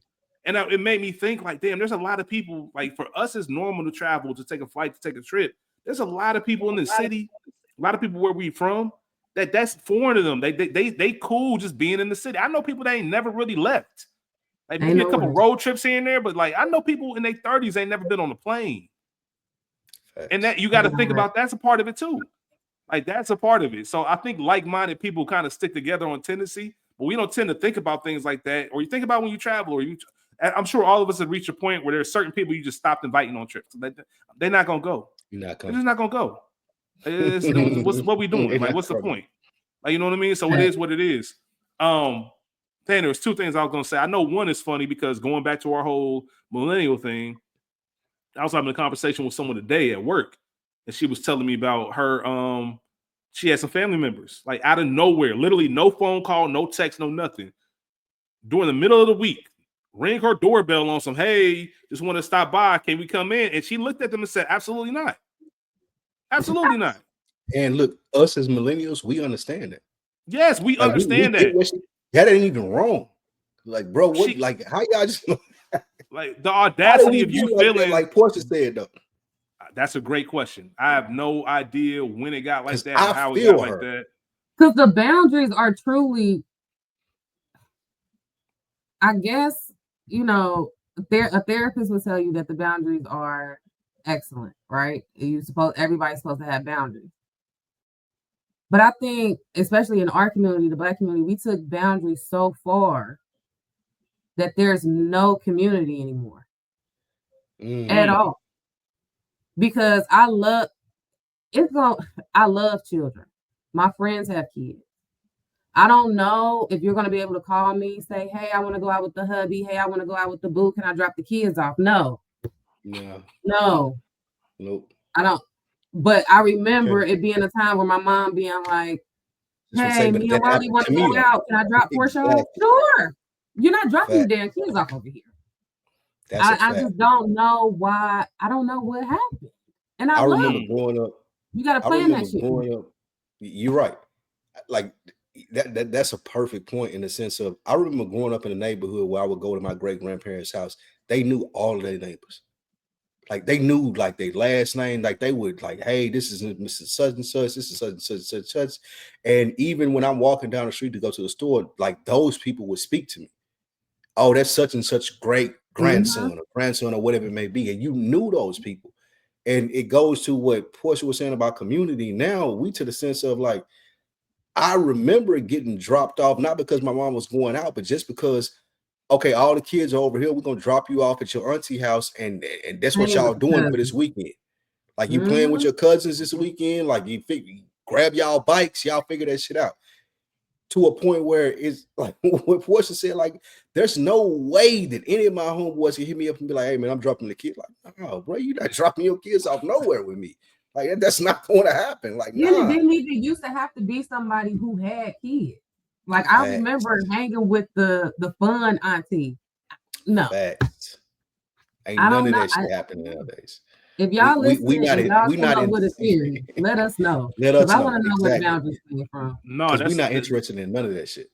No, because this is definitely there's a part 2 that can be made off this, because I think all three of us have legit answers.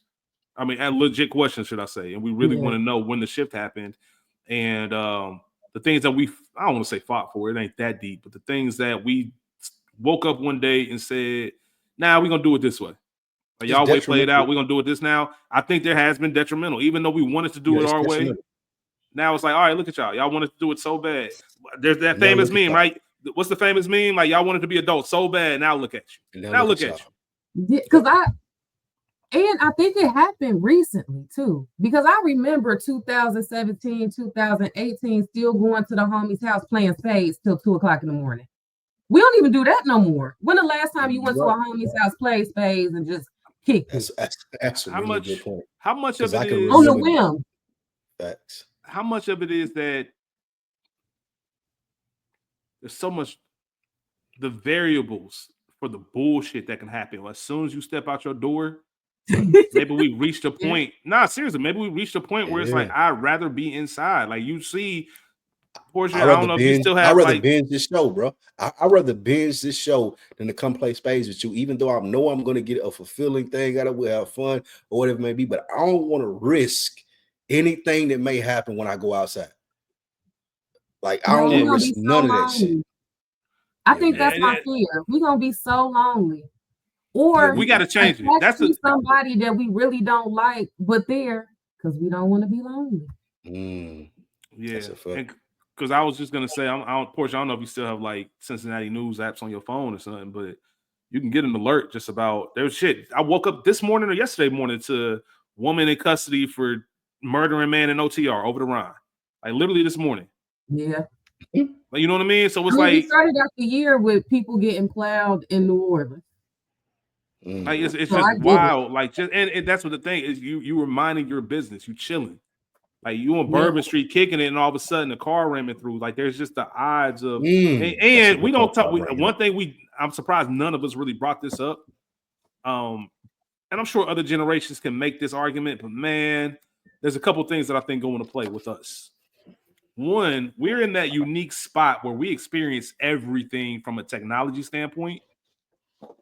So I think there is a certain understanding that our parents were so far removed from trying to understand certain things that they was like, fuck it, y'all got it. Like, that's not for me. Now we understand a little bit of everything. So that's why you have 45-year-olds on TikTok dancing and shit. They understand that, and they still feel like, to what we talked about earlier, they still feel like they're 25. Yeah. Right. So it's cool for them to do that because we had the first social media. We had MySpace. We had Black Planet. We was on the chat rooms and AIM. Like, before y'all was even thought of, we've been doing the social media shit. We had a topic. You know what I mean? So I think, like, we've had record players. We've had cassettes. We have CDs. We got Apple Music. We got Tidal. Right. We've had Nintendo. We've had Sega. We've had Super. We've seen the evolution of everything when it comes to technology. You know what I mean? I remember when we had to memorize people's phone numbers. You had a house phone. Remember when we used to call in before it was a Clubhouse? Remember we used to just call a little chat number and talk to everybody in the city? Yeah. Bro, I had a homeboy that was like we called him Mr. Chat Room. This nigga would stay on there like so long and we would run the links off him because he would be on there so long and find the chicks and whatever it may be. It's like, bro, where you find her? Chat room, bro. Like, he stayed, like, people knew him on there. Remember the phrase, you sound like you cute. Yo, we were some sick individuals. We used to be on it. Man. Hey, but all of that plays a factor. All of that plays a factor into things. And I don't know, man. Just times have changed. I feel like there was something else I was going to mention before I got into that whole thing about technology. But either way, I don't know the answers. But it definitely has changed as a world. Because I remember my sister telling stories about her teenage years. And, like, I remember young, like 14. How much older is your sister? Like, we got about a 9-year age gap. A little bit over 9 years. Right? But she was telling the story. Older. Her and one of my cousins, something happened. They went skating. Shout out to skating, man. Shout out to Golden Skates, all that shit. Word. Yeah. They went skating, and it was always the same thing. When hey, I'll take you. Better figure out a way back. And for some reason they couldn't, and they was walking, and they just caught a ride with somebody randomly. Somebody saw them, stopped, said, "Hey, y'all need a ride," and they took them home, and that was it. You couldn't dare think about doing that shit now. Shit, we just did an episode on The Sopranos, Mike, where they had a sign that said, "Hitchhikers may be escaped prisoners." Like, you know what I mean? Like, the trust level, and I think all of this ties together. Like Portia said, we all gonna be alone. because we started doing things our way and setting boundaries and cutting people off.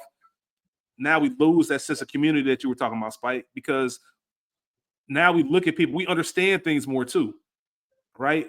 Now it's not taboo to go to therapy. It's not taboo for these things and be in touch with your feelings. So now you might understand, like, oh, that person over there is not good news for you versus being your neighbor. Now it's a person with a stigma. So we're gonna stay away from them. We're gonna stay away from them. So now you in your own little bubble. That's a great point that you stumbled upon there, as far as us being in the middle generation, and probably one of the things that affect us most. We're from that generation. Like, we understand that at one point in time, the hitchhiking was a thing, and it was cool, and people could get away with that, and it wasn't dangerous. But we also are understood enough with technology to understand everything that's going on and how dangerous it is.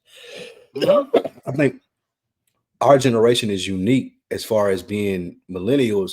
Like, we get that old school thought process method of you. Yeah, like, for me, I could go out and ride my bike. Like, you leave here at 10 a.m., bro.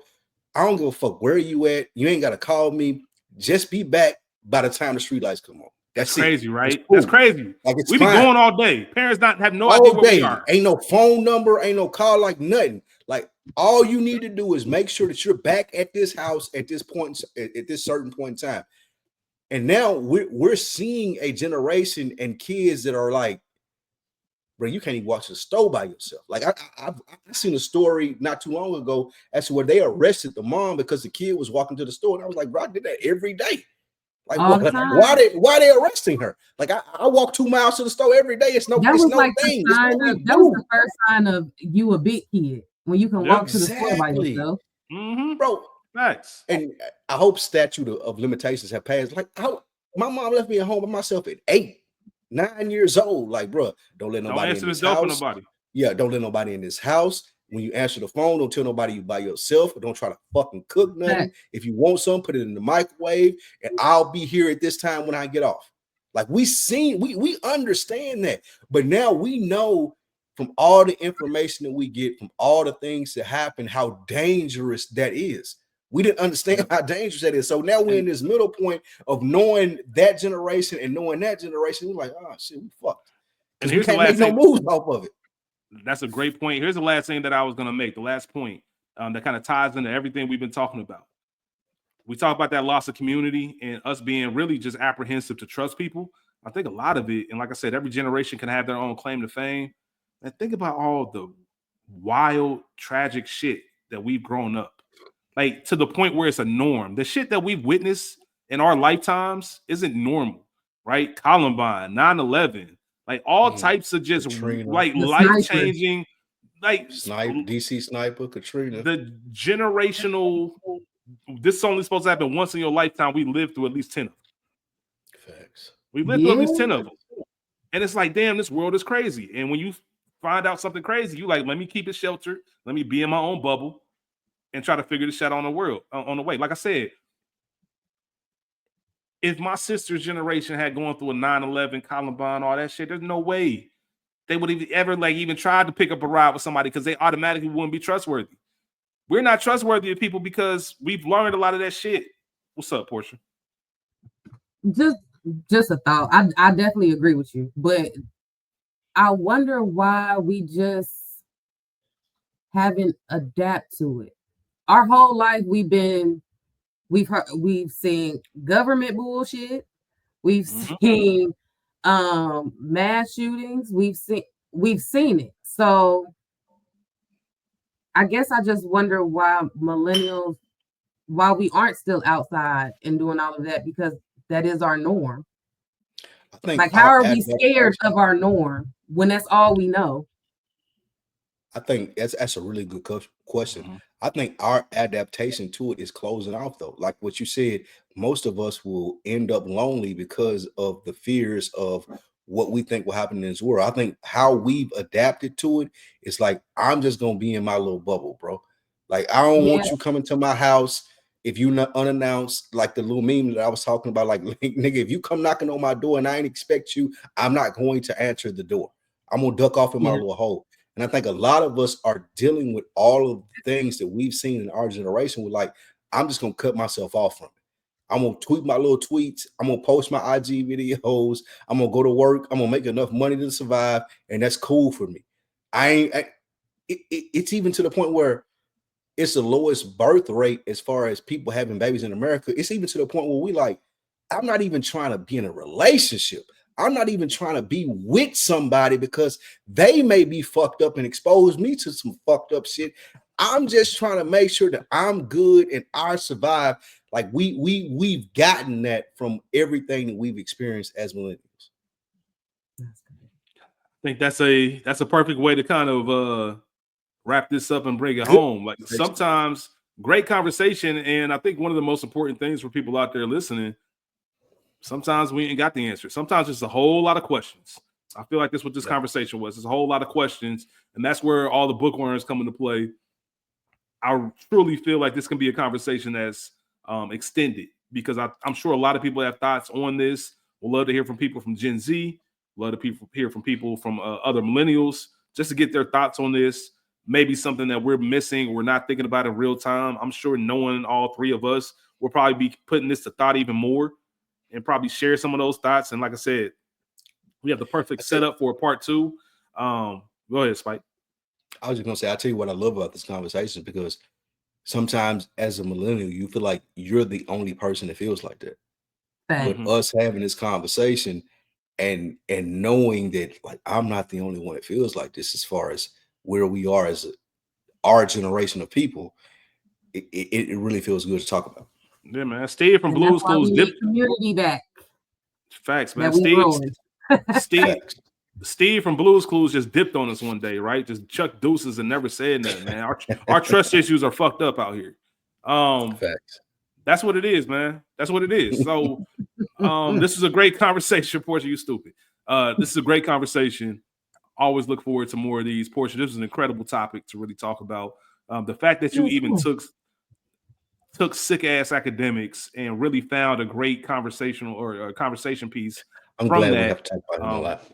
Yeah. I'm really happy. The first thing Portia said was, I don't want to talk about. I'm glad this one about him, but it was a platform.